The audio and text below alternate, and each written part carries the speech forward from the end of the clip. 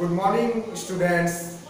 मैं धीरज सिंह कक्षा 8 के बच्चों को नैतिक शिक्षा विषय को पढ़ाऊंगा। प्यारे बच्चों, पीडीएफ फाइल के रूप में आपको मैंने विषय सूची भेज दिया है और उसमें आपने देखा होगा कि पहला पाठ ईश्वर का बेटा है।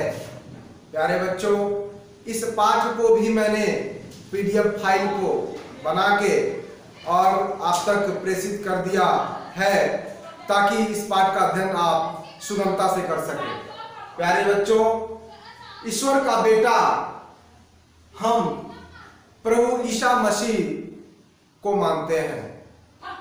बच्चों, आइए हम जानते हैं ईसा मसीह के जीवन से जुड़ी कुछ खास बातें। ईसा मसीह का जन्म 4 ईसा पूर्व यरूशलेम के बेथलेहम नामक नगर में हुआ था और इनका जन्म एक गौशाले में हुआ था। बच्चों, यह एक कोई साधारण बालक नहीं थे, ये एक ईश्वर के अवतार माने जाते हैं और ऐसा माना जाता है कि जब इनका जन्म हुआ तो एक आकाशवाणी हुई और उस आकाशवाणी के माध्यम से यह बताया गया कि ईश्वर अवतार लेकर के और इस पृथ्वी पर आ चुके हैं। प्यारे बच्चों, प्रभु ईसा मसीह का जीवन कठिनाइयों से भरा रहा, साथ ही साथ इनका जीवन एक चमत्कार से कम नहीं है। जब ये धीरे धीरे बड़े होते गए तो इनका मन ईश्वर की भक्ति में लगा रहता था। प्रायः ईश्वर का चिंतन मनन करना, दूसरे की सेवा करना, दीन दुखियों की मदद करना, इन्हीं सब कार्यों में इनका समय व्यतीत होता था। कुछ दिव्य शक्तियां भी इनके पास थी जिसके कारण धीरे धीरे ये बहुत प्रसिद्ध होते चले गए और लोग इनको मसीहा मानने लगे। प्यारे बच्चों, इनके जीवन से संबंधित एक प्रेरक प्रसंग है जिसको ईश्वर के बेटा नामक पाठ में भी दर्शाया गया है। एक बार की बात है कि प्रभु ईसा मसीह और इनके कुछ शिष्य नाव में बैठ के यात्रा कर रहे थे। ईसा मसीह नाव के एक कोने पे लेटे हुए थे और तब तक एक बहुत जोर का तूफान आया और लहरें उठने लगी।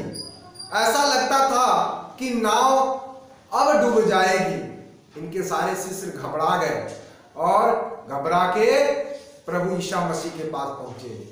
जब ये प्रभु ईसा मसीह के पास पहुंचे तो उन्होंने कहा कि क्या बात है, आप लोग इतने घबराए हुए क्यों लगते हैं। उन्होंने बताया कि इतना जोर का तूफान आया है और ऐसा लगता है कि अब हमारे प्राण नहीं बचेंगे। ईसा मसीह ने कहा कि आप सब धैर्य रखिए और ईश्वर में विश्वास रखिए। विश्वास ईश्वर में रखना ही पड़ेगा और यदि हमें ईश्वर में विश्वास है तो हमारा कुछ नहीं होगा। इस तरीके से ईसा मसीह उठे और जैसे ही अपने हाथों को उठाया, हाथ उठा करके ऐसा लगा कि जैसे वह लहरों को शांत करने के लिए आदेश दे रहे हैं। फिर क्या था, सारी लहरें शांत हो गई और इस तरह से उन सभी शिष्यों की जान बची, प्राण की रक्षा हुआ। इस तरह से उनको ये विश्वास हो गया कि यह कोई साधारण मानव नहीं है बल्कि यह कोई दिव्य पुरुष है। प्यारे बच्चों, हम इनके बारे में थोड़ा और जानेंगे। हम आपको बताते हैं कि प्रभु ईसा मसीह के माता का नाम मरियम और पिता का नाम यूसुफ था। प्यारे बच्चों, दिन प्रतिदिन प्रभु ईसा मसीह के कार्यों का, उनके शक्तियों का जो है प्रसिद्धि मिलती गई और इनकी ख्याति बढ़ती गई। उस समय रोम में यहूदी शासक हुआ करते थे जिनको अपने शासन सत्ता का भय सता रहा था और आकाशवाणी के बाद वो विचलित से हो गए थे और वह प्रभु ईसा मसीह को खोज रहे थे। इनकी ख्याति जैसे जैसे बढ़ती गई, उसके बाद यहूदियों ने इनकी खोज शुरू कर दी। फिर क्या था, यहूदियों ने इनको खोज निकाला और इनको मृत्युदंड की सजा सुनाई।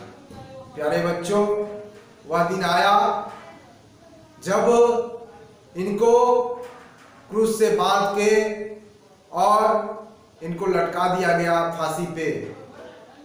लेकिन यह तो साक्षात ईश्वर के बेटे थे, इसलिए इनके बारे में कहा जाता है कि यह क्रूस पे चढ़ने के बाद भी, जो है सूली पे लटकने के बाद भी 3 दिन बाद वह पुनः उस पर से जीवित हो उठे थे और पुनः जीवित होने के बाद ये 40 दिन के बाद स्वयं ही स्वर्गलोक को सिधार गए, स्वयं प्रस्थान कर गए।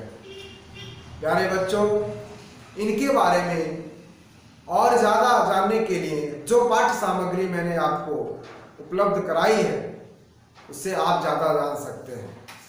बच्चों, इनकी मृत्यु 30 ईस्वी में मानी जाती है। तो प्यारे बच्चों, मैं आशा करता हूँ कि मेरे द्वारा दी गई जानकारी से काफ़ी लाभान्वित होंगे आप, और जानकारी के लिए मैं जो PDF फाइल प्रेषित किया हूँ उसको पढ़िए और उसके अंत में जो प्रश्न दिया हुआ है उसको सॉल्व करने का प्रयास करिए। बाकी बहुत जल्द ही उन प्रश्नों का उत्तर मैं PDF के माध्यम से आप तक पहुँचा दूंगा। Thank you.